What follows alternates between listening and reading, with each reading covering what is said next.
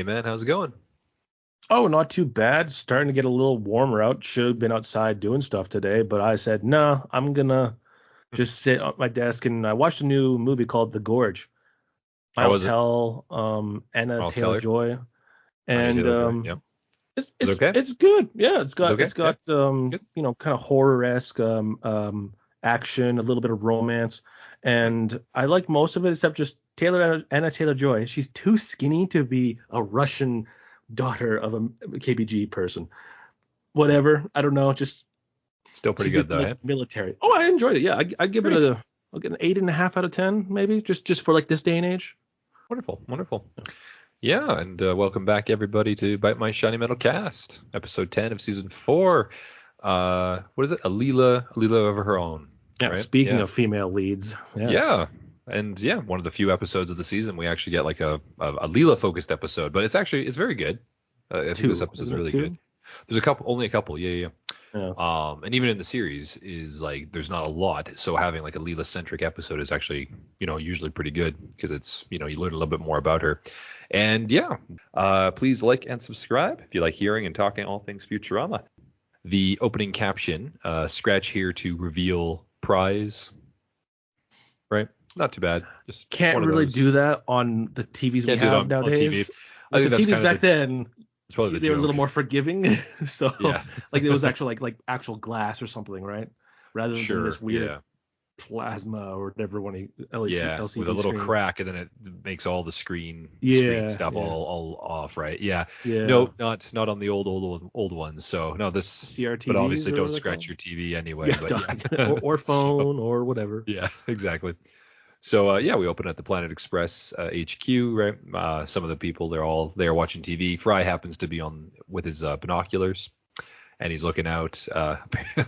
Apparently, there's a strip club that's really close to the Planet Express HQ. We're just learning a whole bunch of stuff about this area, It but changes over time. Like I think like in the most yeah, recent season, it was a coffee store. Or no, I mean they built it they into. made it into a coffee shop. There's Yeah, also like I think one area becomes like a dance studio or something. That's where Bender like does the dance thing. I think that's like near yeah, the tap where dancing their one. HQ, the tap Yeah, dancing. yeah. So like it's just whatever they need it to be, right?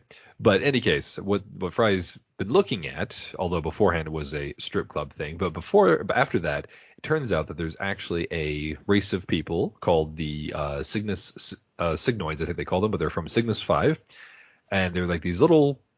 Oh, not little, I guess. They're quite big, but they're like these alien, we'll call them insect-like creature things or whatever. Ants slash cockroaches. Yeah, like they're as the professor calls them, quite gross.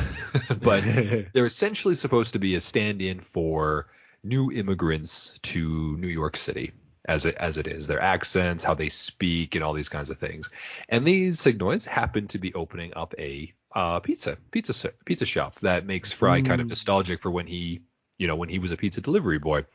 Now, Leela comments on saying like, okay, well, maybe we should go and introduce ourselves, make them feel welcome. The professor doesn't really like them for whatever reason. We never really established why. The professor's never really spoken like this Oh, before, but he's an he's old just an white old man. man. Yeah.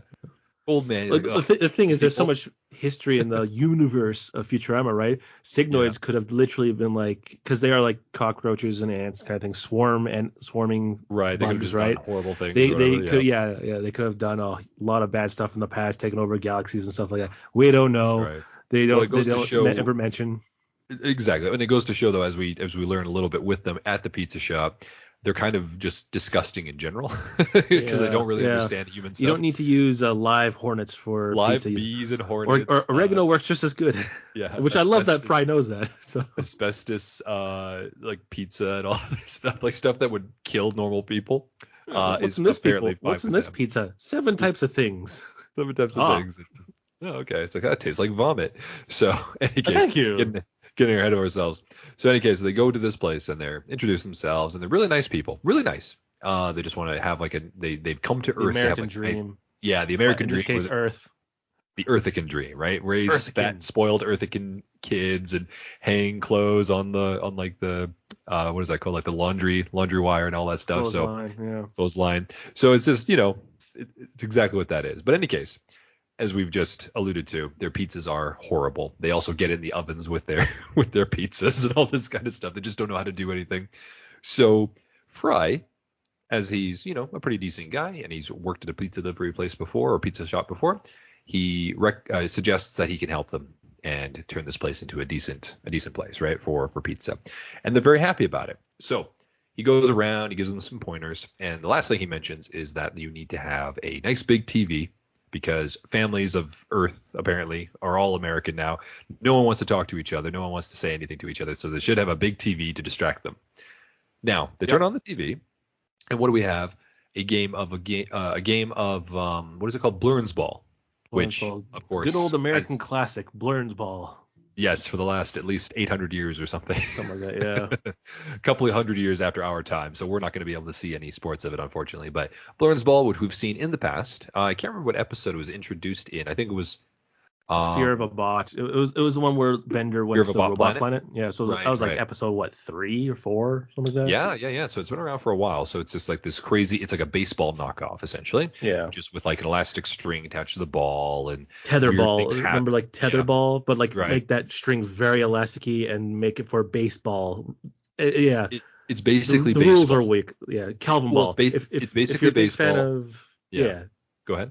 If you're a big fan of Calvin and Hobbes, where Calvin ball was just, they just made up the rules as they went along. As they kept going around, right? Yeah. Yeah, I feel like that's what this is every time we see him because it's like new rules and stuff like that. Although this episode goes a little more into it's just baseball with a string attached to it. Because the first time we saw it, Blurns ball, Blurns, and like there's like spiders, giant spiders would come out in the field and stuff like that. Well, this time they had giant hamsters, right? Like it seems like every time they have giant things. And also at the end, there was like a little target, like if the ball goes here, you win, kind of thing. So just like, and they had that again. Yeah. That's been before. So it seems like they have some consistency, but every time they have this stuff happen with the rules, it's basically baseball though. It's just like if you break the tether, then you basically win the game. Like it goes through this hole and all this kind of stuff, right? Fry was trying to get it before. He didn't quite get it in that episode that was introduced, but now I think he understands it more. But in any case, the Cygnoids obviously don't know it because they're not from Earth, so they're like, oh, like what is this ball game and all that, whatever. He's like, well, here, why don't we do a fun little activity, a fun little rivalry kind of thing, your pizza place versus our Planet Express delivery company, and we'll go to the park and we'll play. And he's like, okay, we need 9 players, all this stuff, and that's no problem. So the next day we have these two teams going to, I think they're in Central Park, right? Because they're obviously in New York City. So they go to Central Park and there's all these things going on. Easter egg. Yeah, go for it. Here. So I think this goes to what's that one episode called where they just kept going into the future? Oh, the late Philip J. Fry or something like that. Philip J. Fry, yeah. So they were supposed to go to dinner. What was that place called? Cabin on the Green. Sorry, right here. Cabin on the Green. That's right. So there actually is an Easter egg. I guess at this point it wasn't an Easter egg. It was just a fact, and there was just like a kind of a half cave here with just like literally just 5 called tables kind of thing. Yeah, that's right. Like a little I don't know what to call it. Out like on a deck kind of thing. And so I just saw that when I was watching this. I even made a note of it, like the 2 notes I make. And so it's just like Cabin on the Green. So it's a future Easter egg reference of something, or they at least reference it again way in the future of the Comedy Central run, right? When they have this, unless it's an actual thing where it's like something on the green and they just made fun of it. I think there is something that's like a restaurant that's related to that, but I can't remember. I don't actually know what the name is, but it seems like that would be something that Central Park would have. But yeah, you're right, Cabin on the Green. And then later in the series, when they go to it, it seems like you can also go underground. Because they actually have like an actual like restaurant underneath, right? And Elzar owns it. Scary. Yeah, Elzar owns it as well, does he not? I wouldn't put it past. Well, isn't that the first? Because Leela keeps getting stood up, right? And then he's like, "Oh, hey, aren't you the girl that got like stood up at my other restaurant or something?" Yes. And he brings her a cake. Yeah. So I'm pretty sure he owns it. He's a stand-in for I can't remember what the guy who's always go bam like from like the 90s and 2000s, and that's also right. Gordon Ramsay. He's like an amalgamation of all those chefs for that kind of stuff. So I don't know. So they own like a bunch of restaurants. So I would assume that he's just kind of like, oh yeah, I own like 100 restaurants. Or whenever they need a chef, they just use Elzar, right? Yeah. So that is pretty funny. But in any case, yeah. So there is the Cabin on the Green. There's also like people, doing fun park activities, walking and walking their dogs, playing with their dogs. There's like this fun little gimmick of a flying saucer. Like it looks like a frisbee and a dog catches it. It turns out it's like an alien spaceship or whatever, and they get angry at the dog. Funny little things. But we little get visual right up. gags they like to do. Yeah, it's fun. So we get right over to the groups, right? And the two of them, and I think the professor's the only one not playing because he's too old, but he's like, mocking the Signoids. So in any case, all of them are there, and they're all dressed up in their attire, and the Signoids get to be the first to bat. So they're lined up, and the first guy who's like we're introduced to owns the pizza company. And the pizza, what's that pizza company called? It's Family Bros Pizza or something. Like it's like the most generic name that a pizza place could have because they're trying to blend into Earth culture. It's kind of a funny thing. But in any case, he's up to bat first, and Leela happens to be the pitcher for this, right? So she has the whole thing. She's got the Burns ball, and she pitches, throws it right at him.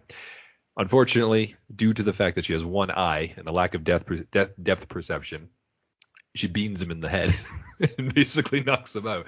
And she's not like a weak woman. Like Leela's pretty strong. So she took kung fu or martial arts when she was younger. She's so she multiple martial arts. She's in constant fights. She's constantly in anger issues. Anger issues. She's constantly dealing with weapons, and I think she had a weapons training when she was in her previous job. Like Leela's not the perfect woman. Am I right? Right. Like Leela's pretty tough. So, anyways, she beans the poor guy. And so because she physically hit him, they get to take a base, as you would normally would in baseball. So I love how Scruffy's also the umpire. The umpire. Thank you. So he's the umpire. He's like, take your base. And he's like I love how he's part of the team. Like they've included Scruffy more and more in the episodes at this point, which is really nice to see him. Yeah. So anyway, he's at least in the background of at least one. Yeah. He has one or two every lines. Other episode or something. And exactly. One or two lines. That's it. And that's all you need him for. He's just nice to be there. So they send the first guy on to his next base, and then they bring another guy in. He's like a little afraid. So Leela says like, "Oh, that was just my first time. Sorry, I'll do better." And then she beans the other guy and knocks him out. Admits that she has like depth perception. He admits the same now. Yeah, me too now.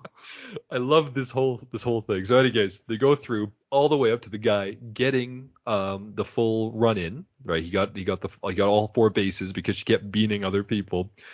So Fry calls her out and says, "Listen, maybe I should pitch because you've just got him a run in just for hitting them." And so she's like, "Oh, okay, you're right." So she starts walking away. Well, However, she said, "But I pitched a no hitter." Yeah, which is true. True. But of course she realizes, yeah, okay, I'm making us lose because I'm like striking everybody like in the head, so she can't, they can't actually hit anything. So anyway, she starts walking off, but wouldn't you know it, she starts drawing a crowd, and this crowd is all loving her because it's hilarious knocking these guys out, I guess, or that she's just doing it consistently. And as she's walking away, who do we get a return of is I think it's Abner. Abner Double Deal. Abner Double Deal. Thank you. Yeah, Abner it's not Adner. It's Abner. Abner Double Deal. The former owner of the Ultimate Fighting ring, which is what Bender was back in like season 2 or something. Like it's been a while since we've seen him. But he shows up, and Bender even recognizes him and calls him out on it too. But he's like, no, that's not me anymore.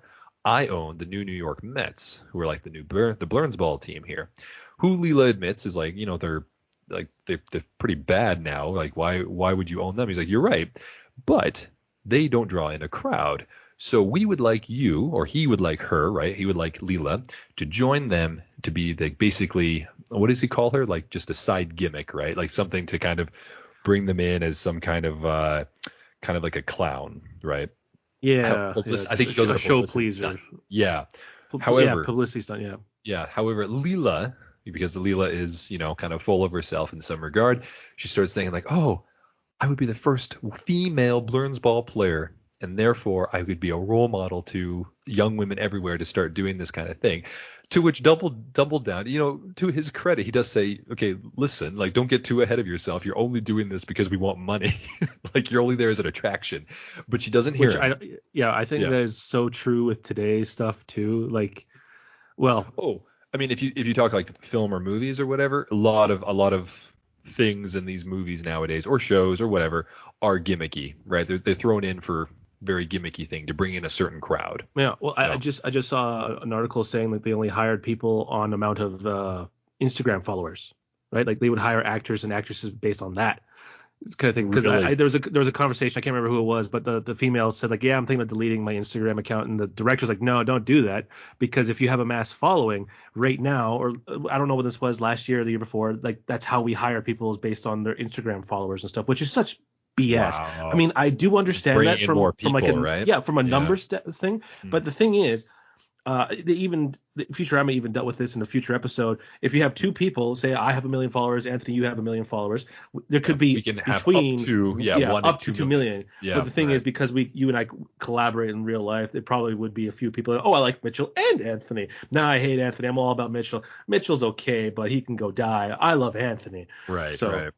Yeah, it would be very hard for us to both have like independently 2 million followers, like two yeah, million different people, yeah. or 1 million different people. We'd probably Wow. share some of these people, right? Well, But exactly. that is the unfortunate thing. But that's exactly, you're right. This is exactly what this is. Like, we just want this person. Actually, double down even, or is it double deal? Sorry, whatever. Yeah, double deal. Like, he even says that about Bender too. The whole reason that he has Bender brought in is because he appeals to the lowest common denominator.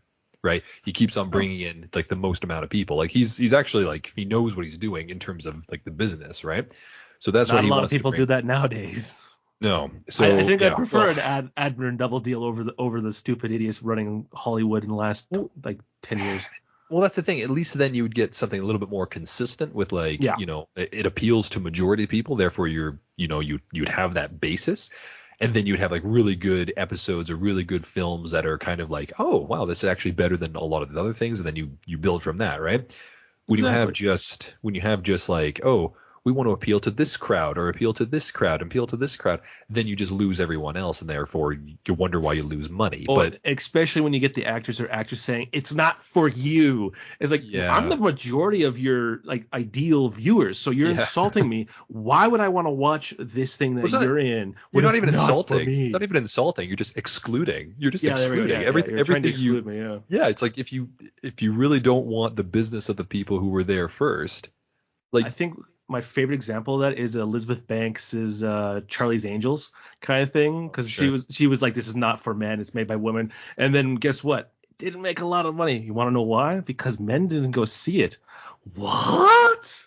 like why would it be only for women when you'd have three beautiful women kicking butt and fighting like 1.5. bad guys or whatever? But I mean, like, but that was what Charlie's Angels is supposed to be, right? It's supposed to appeal to that, Cameron to that group. Diaz, Drew Barry, and Barrymore, of course Lucy the wonderful Lucy Liu. Lucy who Liu, we've seen right, on yeah. here. Yeah. Most beautiful woman in 2063 and 2003 or whatever it was. 2003, 2083 or something. That's what it was. Yeah. Really, yeah. really old. Oh, I love that episode.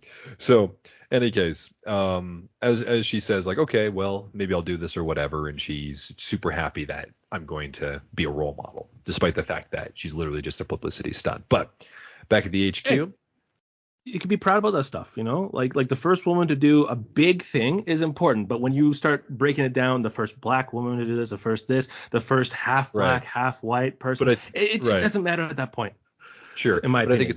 I think it's also about, it's not because she's a woman that he's bringing her in. It's the fact that she's that but woman who happens to be hitting people out and and bringing the crowd for that. Yes, Yeah. but the thing is, she's taking it as a woman, and then later on in the episode, we also see like that kind of thing as well, right? Yes, and we'll get to that, because there's actually a really good message in this episode. Like, it's a very good episode for this, right? Especially for nowadays. People should watch this episode nowadays. This is very important. Yeah, so reading between the lines for it too. Right. So Leela shows off her new uniform. She's like 7/8 or something. Yeah, I do like that all too. The prime number, or all the main numbers are all retired or something. Yeah. Did you watch a lot of sports growing up, or in the past? Not really. No, not really. No. You didn't play any team sports either that would have numbers like that, right? I did. Like I played like soccer. Soccer, yeah. Everyone and their brother and sister played soccer growing up in around us. But you had numbers. Yeah, I don't remember them, because at that point, because you're like 5 years old playing, it's just a blue T-shirt or whatever color T-shirt with a number.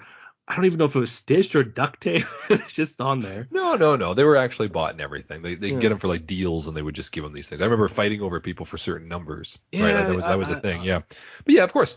Because like Jordan, I think he was number 23 or 32 or something like that. It's been a while since I've cared about players and stuff like that. But yeah, they do get retired. And then when you have another player like pick that number, people go like, hey buddy, you don't deserve that kind of thing. That's not your number. I think LeBron James did that with a Michael Jordan number, and people were mad at him, and rightfully so.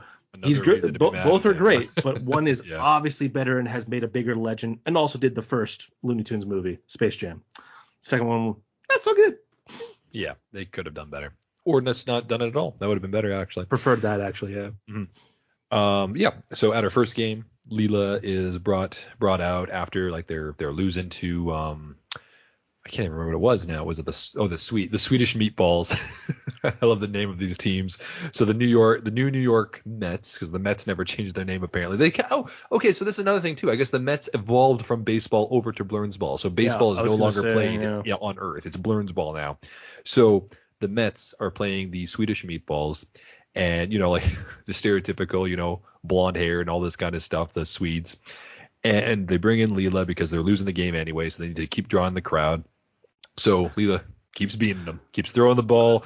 There was a phrase like, we put her in because like all the people have left now to get a head start up against the traffic, kind of beat the traffic. Kind of yes, that's what the coach says. Like, whenever our pitcher, we put you in. I think this is at the end. He says, whenever we put you in, either when the clown doesn't work or when the other pitchers want to leave to beat the traffic, something like that. Yeah, something like that. So in any case, she's beating, and wouldn't you know it, Leela is drawing a crowd. People are like, bean, and like they're cheering for her, and she's doing very well, and she's feeling good about herself because she's kind of, or at least she's feeling like the attention, right?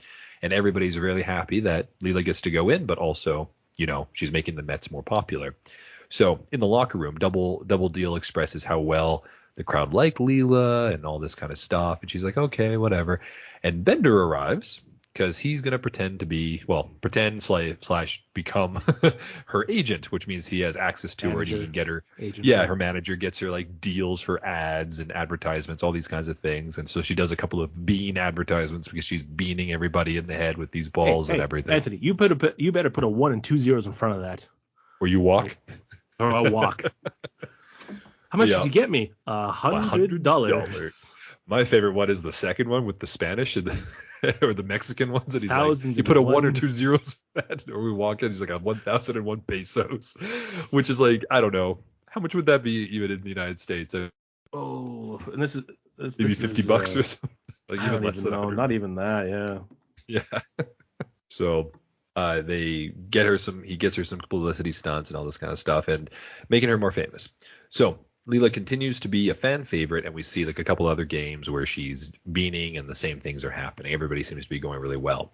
Now, at a time in the future, Leela is signing autographs on magazines and pictures and all this stuff to some people who like her as fans. And of course, these are a lot of like female fans, a lot of young girls and all these people. And they're doing this at the Family Bros Pizza, which I mentioned at the Signoid, so right across from the HQ. And Fry's done very well to give them more attention and everything, and they're making a lot of money. They seem to be doing very well. So that is kind of like the B plot of the episode, despite not being really talked about as much. But as as she is signing some of these posters and everything. Sports Illustrated, which is a huge thing at the time. Magazines, not so much Sports now. Illustrated and these photos, not as big now. At least not for certain types of the forms of the magazine. Physical media definitely is dead, which I do love about Futurama because they do physical media. Like they still have like cassettes, but they're like futuristic, like hollow vision and stuff like that. So it's something I do enjoy about that world. Yes, they have like that retro futuristic type of look, right? So as we're doing here, and Leela's talking to Bender about how she still feels like, because Bender's talking about how much money they're making for this. She says, no, I'm doing it because I'm a role model for these young girls, and I'm going to prove like I'm going to be like one of the best role models ever to be the best female Blursball.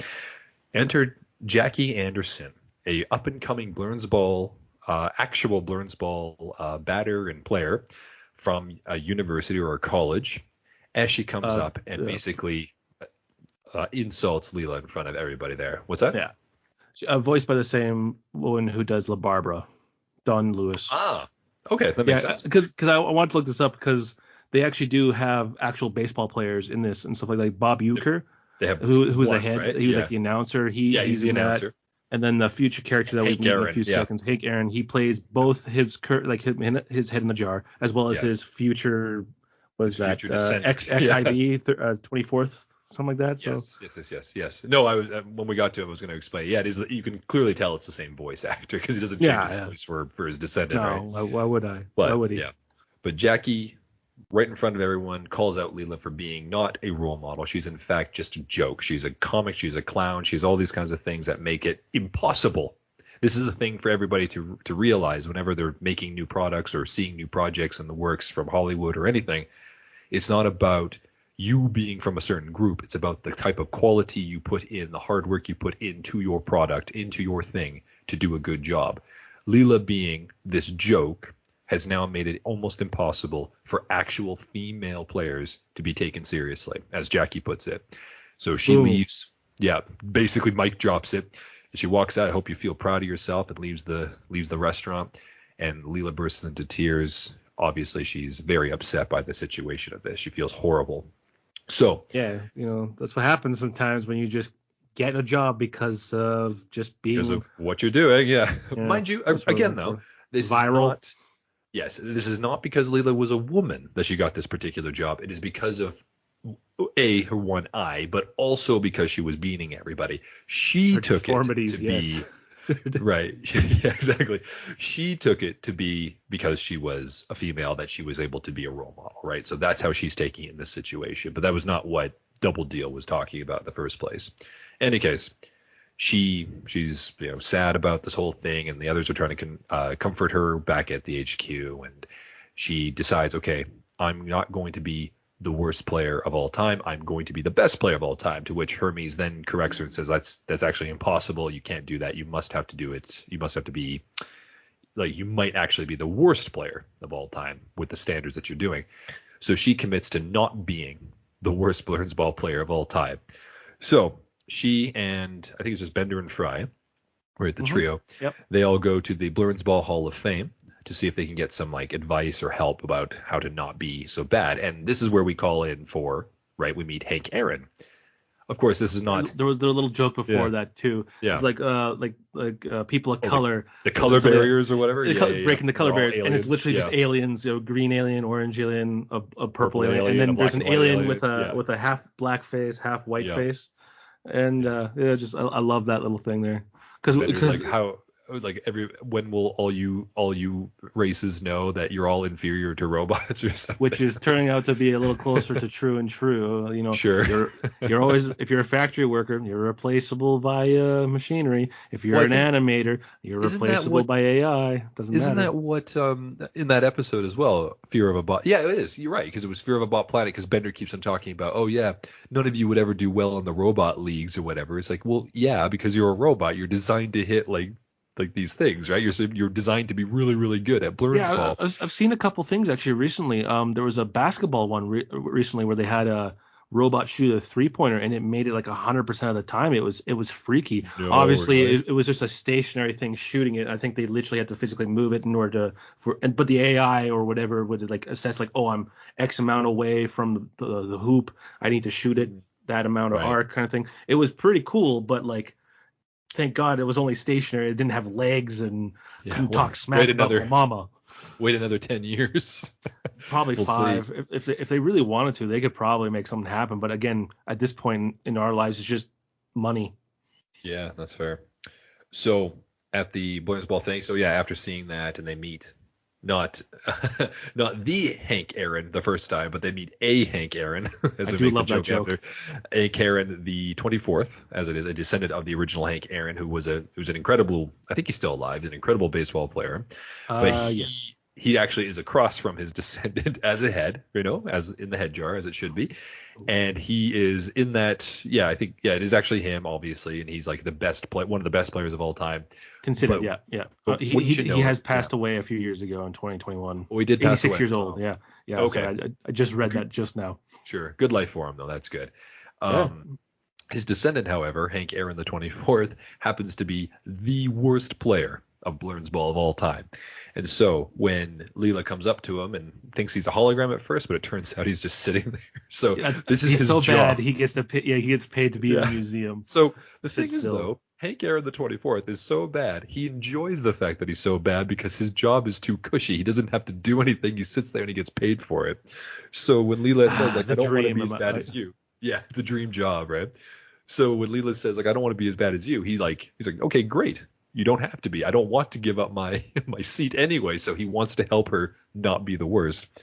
So they go out into some park, and he's like, okay, this is what you're going to do. You're going to try and practice, and we're going to see what we can do for it. So she basically throws it. He has Bender as a helmet, Hank Aaron. Luckily, she beams him in the head, and he gets up. He's like, okay, this is what you're going to do. You're going to take your eye off the ball. Okay. You mean on the ball? No. Off the ball. Who's the famous star here? Yeah. So, nope. Take your eye off the ball. Leela basically has to turn away from whoever she's aiming for and let her instincts take over to throw the ball to the correct spot rather than using her depth perception to try and angle it. So, wouldn't you know it? She takes her eye off the ball. She throws it. Strike out. She gets it through Hank Aaron. So now she has the potential, if she can get one person out, she'll be better than him and therefore redeem herself a little bit in the eyes of herself, right? So as she goes, we cut over to Fenway Park in Boston, and as we see, this is the last kind of we see of the Cygnoids, at least for the episode. They are now expanding into a franchise. They've become very popular. And as they're selling some more pizzas that have to do with like Leela's whole thing, this is kind of like they're following Leela's publicity. We get another small cameo of Fishy Joe. Yeah, from what episode? That's the Poplars, right? A Problem with Poplars. And yeah, and he's like, okay, I'm going to offer you guys $100,000 for this franchise. And at first he says no, but obviously he says yes or whatever. 100,000. It doesn't seem as much nowadays, does it, to open up like the control a restaurant or something? But he takes the money. Yeah. Like 2004. I'm pretty sure the dollar. 2003, I think it was. Yeah. Well, this is the 4th season, right? Yes. So this came out during like 2003, 4ish, depending on. Yes, that's right. Yep, that's right. Yep. Near the end, I guess it would have been 2004-ish. I'm guessing. Yeah. Yeah, I'm pretty sure $100,000 back then is probably closer to $250 now. I could be wrong. So it's still a little bit more money there. I don't know. You'd expect maybe like $1 million. Like, because they only have that 100,000. They're selling all the shares and all the things to Fishy Joe, right? And he gets to distribute them. But doesn't matter. Point is, he takes the money. He's happy and Fry's happy for them and all this stuff. They get to have this nice moment, right? Yay, so they're good. We did the American dream. The Earthican dream, right? Yeah. So as the actual game, however, we have the Mets are actually winning against Boston. I think they're called the Poindexters or something. However, due to something happening during the game, because Leela's trying to get in there, the coach won't let her. But the clown, who they had put in because, they have a lot of gimmicks to try and make the Mets look good, the clown screws up or throws a pie or something and thus makes the bases loaded. So he says, what am I going to do? And he's like, come on, coach. Or Leela says, come on, coach, put me in. I've been training with Hank Aaron. And he's like, the Hank Aaron? And this is where you have this a Hank Aaron, right? Because, of course, the descendant. So that is a funny joke. So in any case, he's like, okay, well, if you're training with Hank Aaron, maybe you're doing pretty well. So he sends her in. Now, Leela only needs to strike out one time. And so she's on the base or on the pitching area. Strike out the person. That's right. Not hit them. She needs to strike them out 3 strikes, right? As baseball does, or Blurns ball. So she's doing this. And wouldn't you know it, as she's about to pitch for the Poindexter from the Boston, they take out the batter and replace him with Jackie Anderson, the same woman who was the one that called out Leela in the first place. She made it up. She was able to take from college and go into the professionals.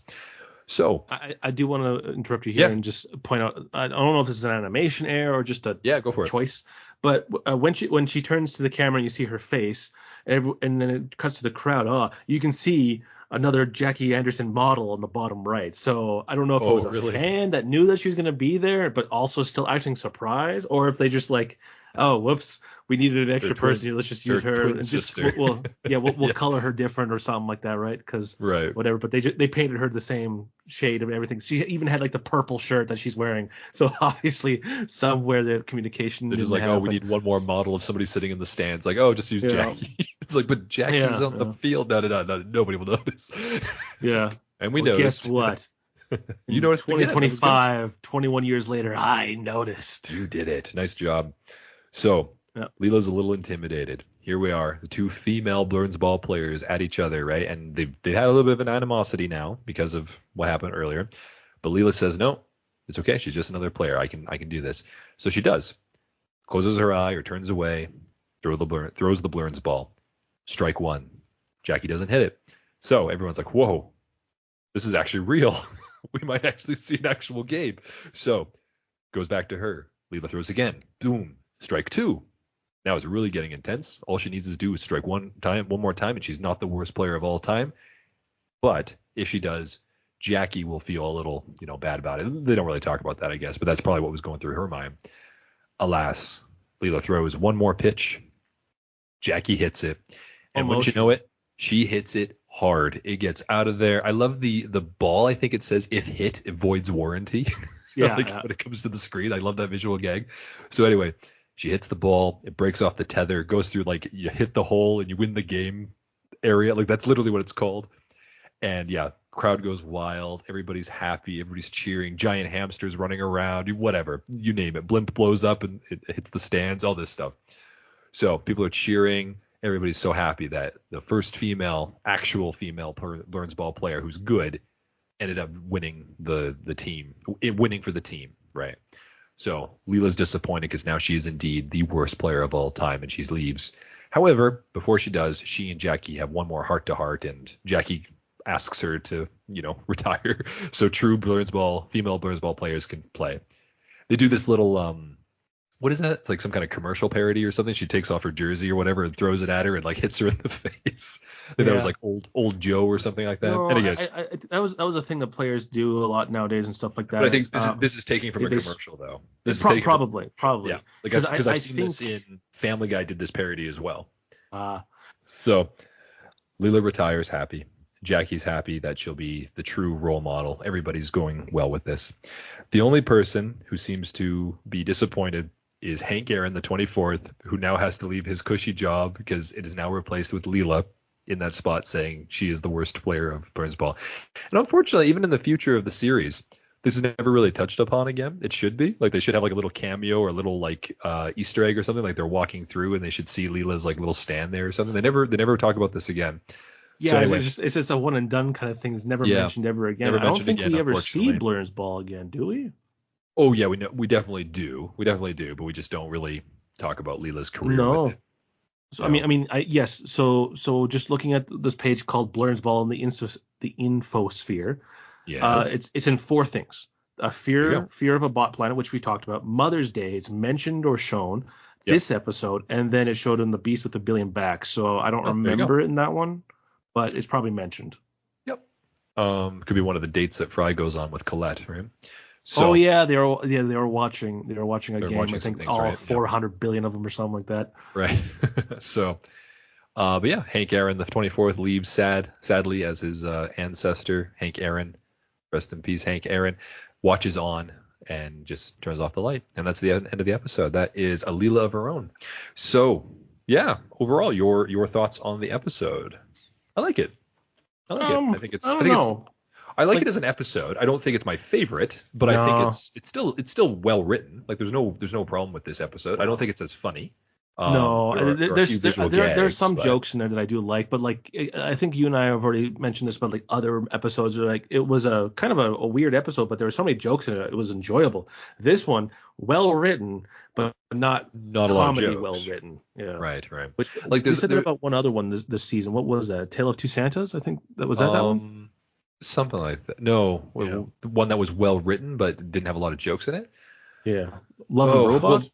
Well, there was an opposite, because I think Love and Robot is the opposite. The episode itself is not very well written, but there's a lot of really good jokes in it or something. I think that was the opposite. And I think I said that about and I said that about the previous. There's what was the episode we did? Godfellas. Very well made episode. Not a lot of humor in it. Maybe that's the one you're thinking of, but it still has some weird things in it that make the episode not as good as it could have been. Something like this. But yes, I would agree. It's this episode is very good, and it has a very good message, and that's the main thing. It's not the message; it's an actual message. It's actually a moral of a story type of message, which is really, really nice to have in these shows. They don't really do it anymore. So it's nice to see it in episodes of, this caliber, right? I like to blame Adventure Time for that, for just being wacky for wacky's sake. And then everyone started doing that. And then they kind of got some speckled stories in there. But, yeah, they're not written as well as they used to be. Yeah, it's unfortunate that the quality of this has gone down because it just appeals to, the lowest common denominator, and a lot of people just don't pay attention long enough for this kind of thing No, anymore. God, no. So TikTok and YouTube Shorts have ruined attention they've span. ruined a lot of that Even stuff. myself. Yeah. And I still like to do it. And every time I would ask people about it, they just don't really have the concentration to really have the same thoughts about it anymore. So it is unfortunate. But whatever the case, it's still a very well made episode. Just not as funny. I'd still give it like a 7 out of 10. Like, it's not a bad episode whatsoever. No, but God, no. Yeah, no. Yeah. However, I will say there are some funny things with it. So I'll go first this time. I think my favorite scene is probably the whole like the Blurns ball with the signoids. Like, that's got to be one of the best parts of the episode. And it's like, the depth perception thing. And he's like, me too. Like that. That's and the other one that's like really, really please, lady, I want to live. I want to live. It was like, let's play a ball. Like, just his Italian American. Just so funny. So that'd probably be my favorite like scene of everything. I really enjoy like the visual gags, like Void when hit, like with on the Blurns ball. I think that's a really clever. And yeah, my MVP, Leela. I think it's Leela for sure. She's my MVP too. Yeah. Yeah. Okay. But I think one of my favorite jokes is when she got first put in there against the Swedish Meatballs, where she would bean one, and then the guy got up, and then the umpire dusted off his butt with like the little duster thing, and then the guy pulled out like money out of his pocket and gave it to him, and they're like, oh. Yeah, and then the next one where like she misses him completely. Yeah, she misses him completely, and it bounces past him, and he looks back to see where it goes, and then because it's on a string, it snaps back at him in the face. I think I like that one the most too. That one's still pretty good. Yeah, that's right. Because he thinks he got away with it. It turns out no. It's like Yeah. Yes, and I like the next one as well. Like, it's become such a common thing for her to just bean everybody out that they just bring ambulances onto the field now. So that was also a pretty good visual gag. Yeah, there's actually a lot to like about the episode, but it's not as funny as some of the other ones, right? And you said, Leela was your MVP. Yeah, I mean, like she's the focus. It's her lesson. Close up would be Bender, just because of you put a 1 and 2 zeros in front of that. But that's really all he had. And then maybe at the beginning where the Signoids were like, yes, this is how chairs are made here, where it's like it's a U-shaped chair. That's not how humans sit. So then they broke Bender's leg. It's like, this is comfy. But of course Leela and Fry are like, nah, we'll sit like this. I can't do that. Right? Yeah. Oh yeah, I do like the Signoids in this as well. Honestly, I was thinking of making the male Signoid my MVP, just because although he's only in the one episode, but he's just kind of a funny little joke. But he's just that character. He's like, yeah, we're going to do this, and we're going to make I'm going to make the pizza, and like all this stuff. He's like such a stereotype. And then she's like, oh, I thought the Earth guidebook says that you have to put their legs down. He's like, don't worry, Mama, I'll bend up legs for free. Like, there's a few little jokes here and there. I like those guys. They're really funny. Oh, like the he's like, yeah, when you're cooking pizzas, don't get in the oven with them. Oh yeah. And then he's like, when Fishy Joe was buying it, it's like, this tastes so good, I don't even care if there's horse manure in it. That's so good. That's right. Yeah, he was a close contender for me, actually. But yeah, Leela takes it just because, her focus, and like you don't get a lot of time to like, Leela is a really good character in a lot of episodes, but you don't really get to see her shine and see her like develop that way for it. You see that a lot with Fry and Bender.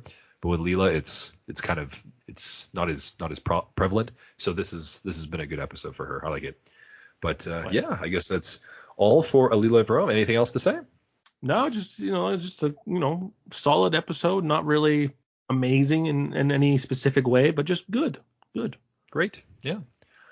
Me too. I would agree with you. So I guess we'll finish it off there, and we'll see everybody next time for season 4, episode 11, the 30% Iron Chef. And we may also have another one of our guest stars. Again, it's been a busy little bit for a lot of people, so we're going to see if we can get them for sure. But if not, that's okay. Hopefully we can. In any case, thanks again, Mitchell, for joining, and we'll see you guys next time. Yeah, toodaloo. Toodaloo.